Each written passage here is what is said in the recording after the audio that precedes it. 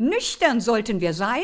Jawohl, so sieht es aus. Wenn wir uns in ärztliche Hände begeben, dann sollten wir nüchtern sein. Herzlich willkommen, meine lieben Abonnenten und meine lieben Zuschauer, zu unserem Video heute aus der Berufsgruppe Krankenpfleger, Altenpfleger. Und heute habe ich euch wieder einige Fragen zusammengestellt, um mit euch die deutsche Sprache weiterhin zu lernen und auch in den einzelnen Berufszweigen hier nicht loszulassen davon. Wir fangen mit der ersten Frage an. Die erste Frage lautet bitte, welches Verb passt in diese Pflegedokumentation?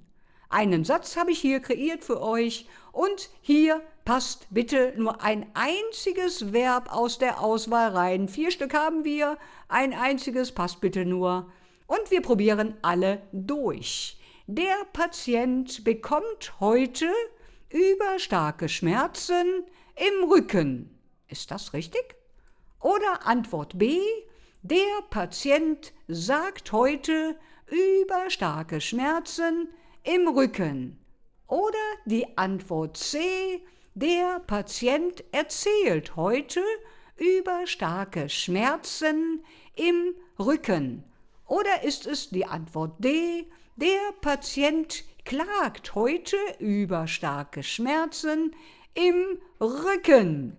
Und ich gebe euch wiederum 10 Sekunden Zeit, so wie ihr es bereits kennt, und ihr könnt dann die Lösung finden und euch den Satz bitte einmal laut vorsagen, damit ihr auch etwas Lerneffekt hiervon mitnehmen könnt hinsichtlich der Aussprache. Und wir schauen uns das Ganze an.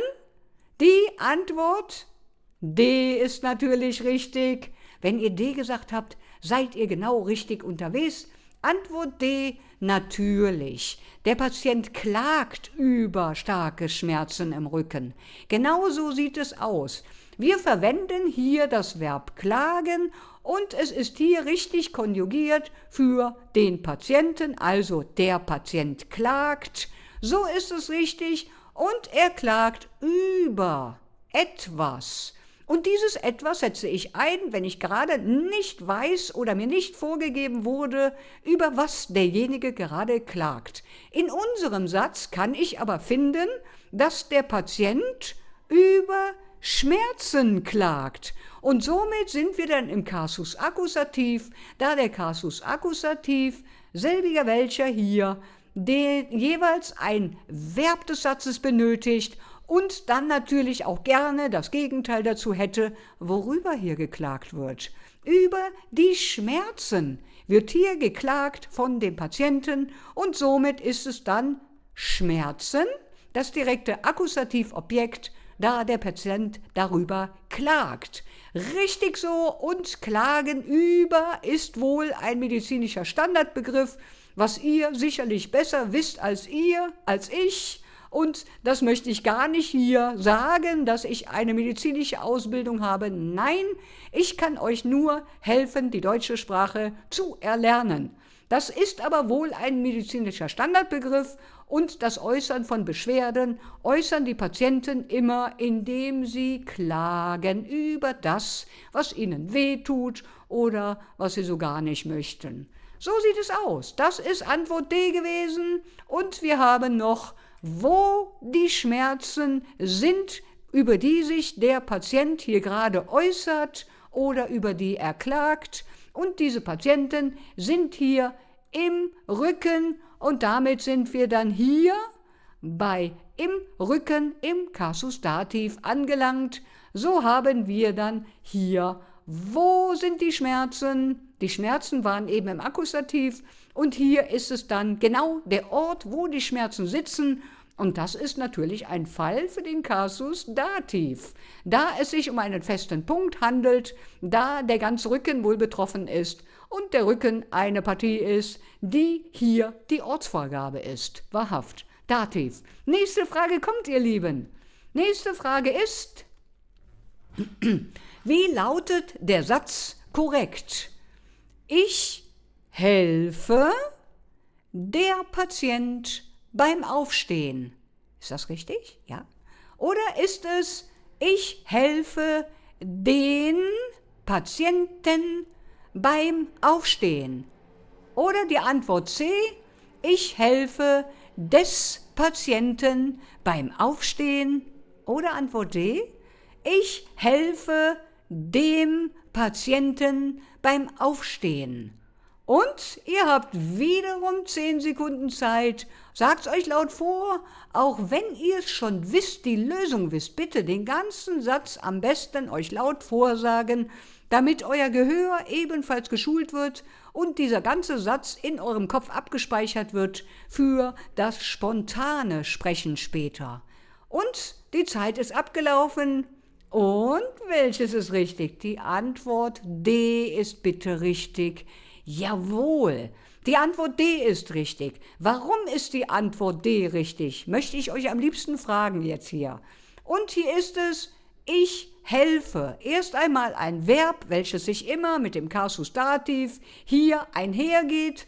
Und hier ist es dann ebenfalls, ich helfe dem, also wem, das ist dann Dativ, richtig so. Und hier hinten ist noch einmal ein schönes Dativsignal, möchte ich bald sagen. Ja, der Patient hat jetzt hier hinten noch das EN drangehängt bekommen und hier haben wir eine Enddeklination. Ihr seht es, hier unten steht es geschrieben, kann man es sehen, ja hier unten, genau. Und das ist die Enddeklination, so dass man sagen kann, das ist ein deutliches Dativsignal. Also im Prinzip gibt es gleich 3 in diesem Satz. Einmal als erstes natürlich, das Verb helfen ist sowieso ein dativtreues Verb. Und dann hier der konjugierte richtige Artikel, den wir hier im Dativmodus haben. Und dann auch noch an dem eigentlichen Nomen, wo die eigentlichen Artikel gar nicht drangehen, aber hier ist es so, wir haben hier eine Enddeklination, das ist richtig, und die zeigt uns, oder ich möchte bald sagen, die winkt uns mehr oder weniger mit dem Kasus Dativ zu, und das Signal dürfen wir nicht übersehen. Helfen verlangt immer den Kasus Dativ, so sieht es aus, und wenn ich 3 solcher Möglichkeiten habe, um den Kasus Dativ zu benennen, dann sind das genügend Signale für unseren Kasus Dativ. So sieht's aus, ihr Lieben. Sehr schön. Nächste Frage kommt nun. Welche Präposition ist hier korrekt? Bitte stellen Sie die Infusion in den Ständer. Bitte stellen Sie die Infusion über den Ständer. Oder lautet es, bitte stellen Sie die Infusion an den Ständer? Oder ist es die Antwort D, bitte stellen Sie die Infusion bei den Ständer?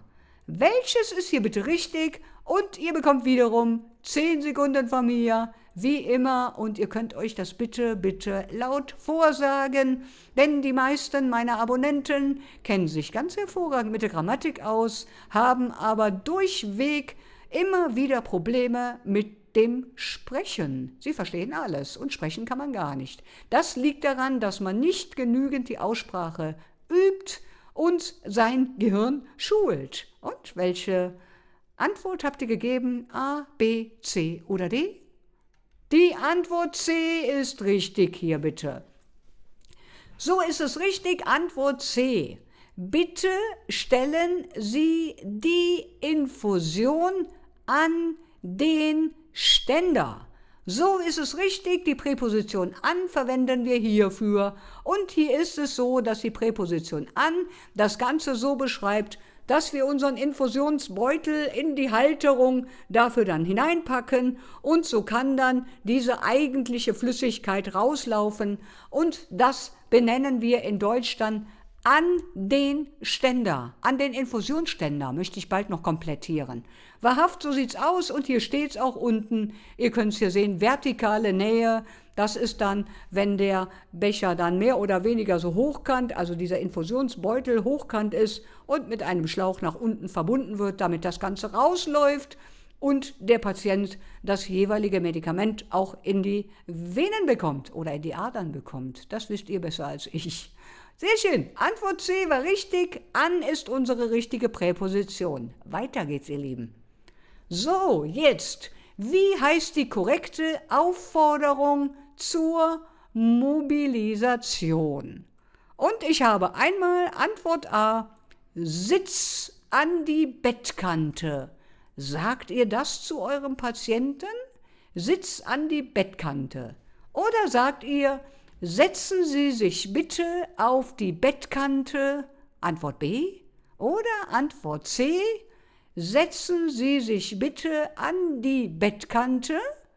Oder ist es die Antwort D, Sie setzen an der Bettkante? Welches ist hier richtig? Und ich gebe euch 10 Sekunden Zeit. So sieht es auch aus. Im Beruf der Alten- und Krankenpflege muss man dennoch die deutsche Sprache sprechen, weil genau unsere älteren Personen, ehrlich gesagt, meistens nur Deutsch sprechen. Und dann ist es wirklich, wirklich sinnvoll, wenn ihr auch schon diese Sprache wenigstens in der Basic oder mehr dann beherrscht. Und was habt ihr gesagt? Antwort A, B, C oder D? Und ich verrate es euch, ja? Antwort C ist bitte richtig. Genau so sieht es aus. Antwort C. Setzen Sie sich bitte an die Bettkante.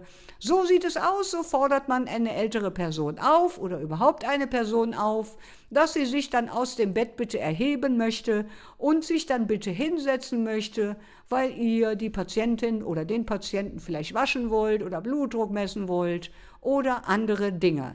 Setzen Sie sich bitte an die Bettkante.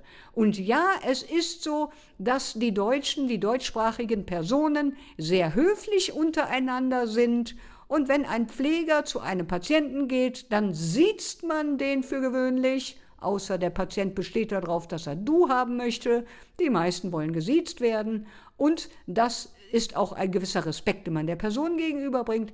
Setzen Sie sich bitte, ist auch eine Höflichkeitsform, ja, an die Bettkante. Und hier ist es dann auch, wie ich schon gesagt hatte, der höfliche Imperativ.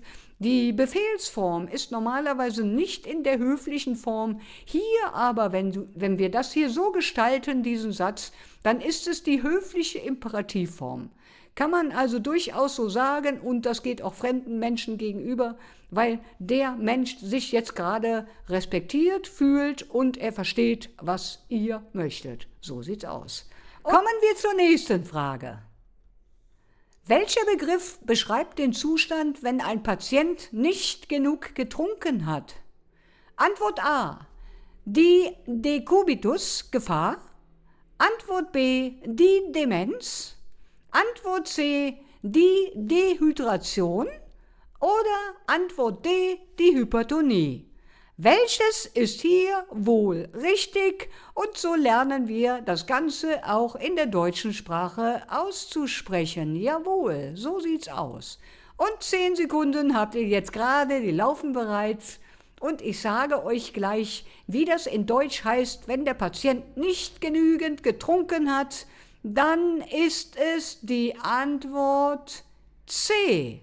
C ist richtig, die Dehydration ist richtig, ganz genau so sieht's aus, ist hier der medizinische Fachbegriff wohl für einen Flüssigkeitsmangel.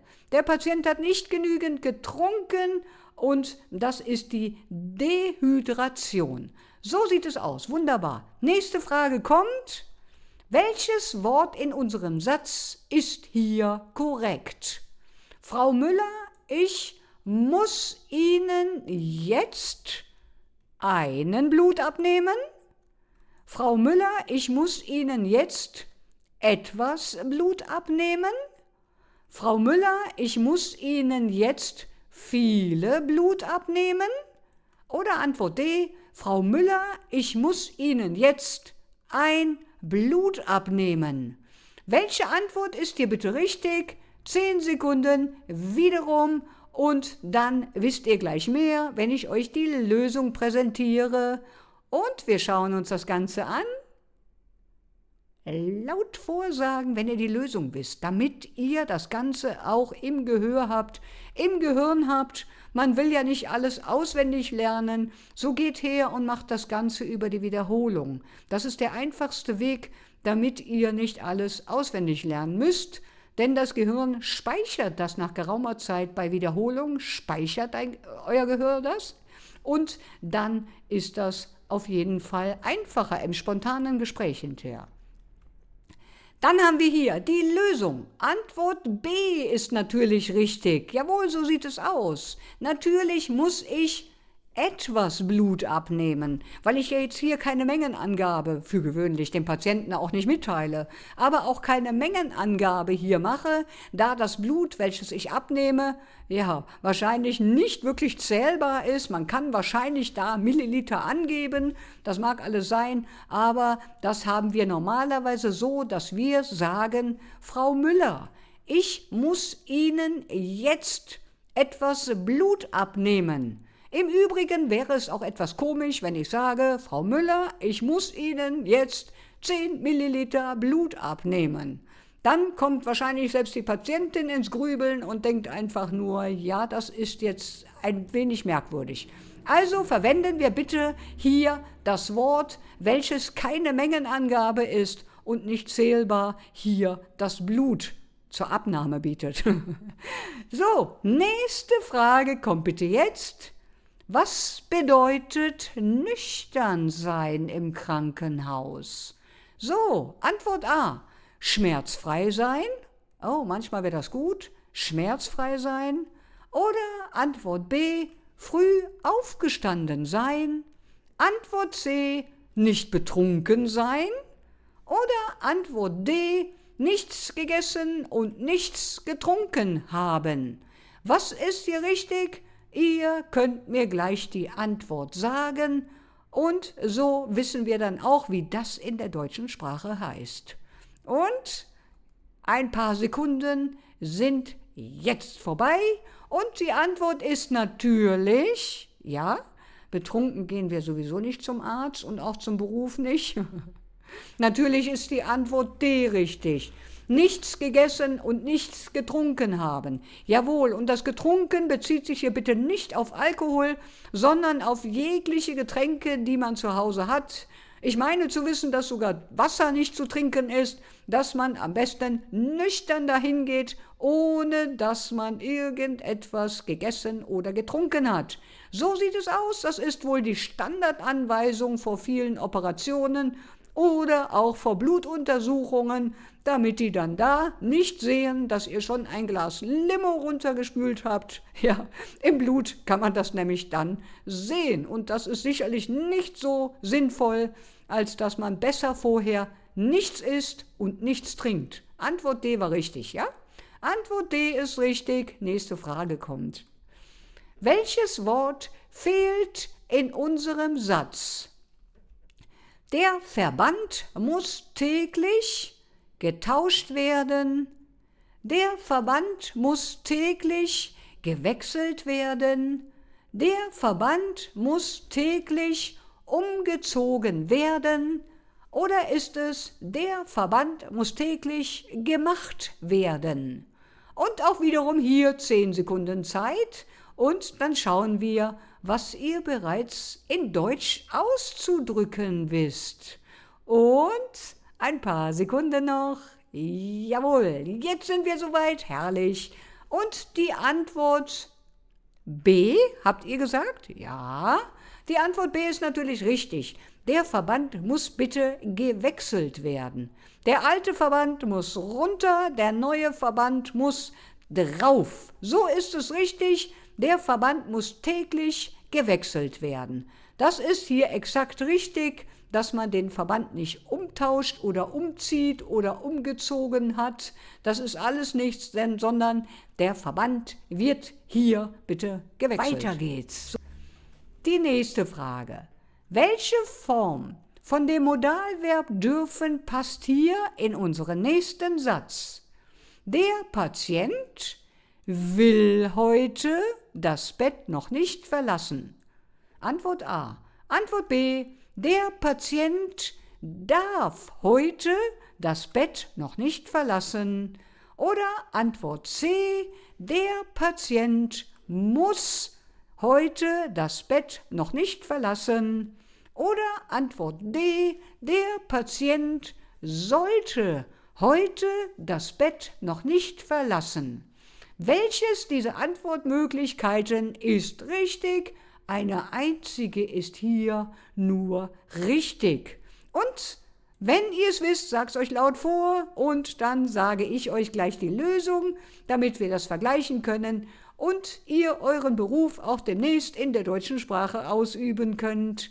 Die Antwort ist die Antwort B. Richtig so, ihr Lieben. Antwort B. Natürlich darf der Patient heute noch nicht das Bett verlassen. Wir verwenden hier das Modalverb dürfen in der richtigen konjugierten Form. Der Patient darf das Bett heute oder darf heute das Bett noch nicht verlassen. So sieht es aus und das ist dann für ihn so, dass es mehr oder weniger, ich möchte nicht sagen ein Verbot ist, aber ja, tatsächlich machen wir das mit dem Modalverb dürfen, also darf, und wir sagen so etwas wie ein Verbot für den Patienten. Er darf nicht aus dem Bett. So sieht es aus und das ist eine medizinische Anweisung und von daher ist es ein Verbot. Sehr schön. Und das nächste kommt nun. Was ist die korrekte Präposition für die Zeitangabe? Die Medikamente werden vor dem Essen eingenommen. Die Medikamente werden bei dem Essen eingenommen. Die Medikamente werden in dem Essen eingenommen. Oder ist es, die Medikamente werden zu dem Essen eingenommen? Welches ist hier richtig, ihr Lieben? Wieder 10 Sekunden für euch und dann wisst ihr nach diesem Video deutlich mehr in der deutschen Sprache über euren Beruf. Und jawohl, 10 Sekunden sind um. Konntet ihr es erraten? Ja? Oder wisst ihr es gar? Ja. Die Antwort A ist hier natürlich richtig. Jawohl, so sieht's aus. Antwort A ist richtig. Die Medikamente werden vor dem Essen eingenommen. Man kann Medikamente auch zu dem Essen einnehmen, aber man kann Medikamente nicht zu dem Essen einnehmen. Also ist es hier in dem Fall die Präposition, die Medikamente werden vor dem Essen eingenommen. Und hier befinden wir uns mit dieser Präposition, die hier steht, sofort und direkt danach, das kann man schon ganz hervorragend an diesem konjugierten Artikel sehen, im Kasus Dativ. So ist es richtig und wir können das Ganze dann eben so einsetzen vor dem Essen, weil es sich um eine zeitliche Abfolge von Mahlzeit und Einnahme von Medikamenten handelt. Das ist dann hier in dem Fall mit der Präposition vor und dem Kasus Dativ. Sehr schön, ihr Lieben. Das war's für uns heute. Ich danke euch für euer Zusehen und ich hoffe, ihr konntet etwas mitnehmen für euren Beruf. Und wenn euch das Video gefallen hat, dann geht her und liked es für mich, damit ich weiß, dass ich mir vielleicht auch noch andere Berufe hier vornehme, Videos darüber erstelle, damit ihr dann auch hier euch in der deutschen Sprache auszudrücken wisst, wenn ihr euren Beruf ausübt. Ich danke euch fürs Zuschauen und auf Wiedersehen. Bis zum nächsten Mal. Auf Wiedersehen.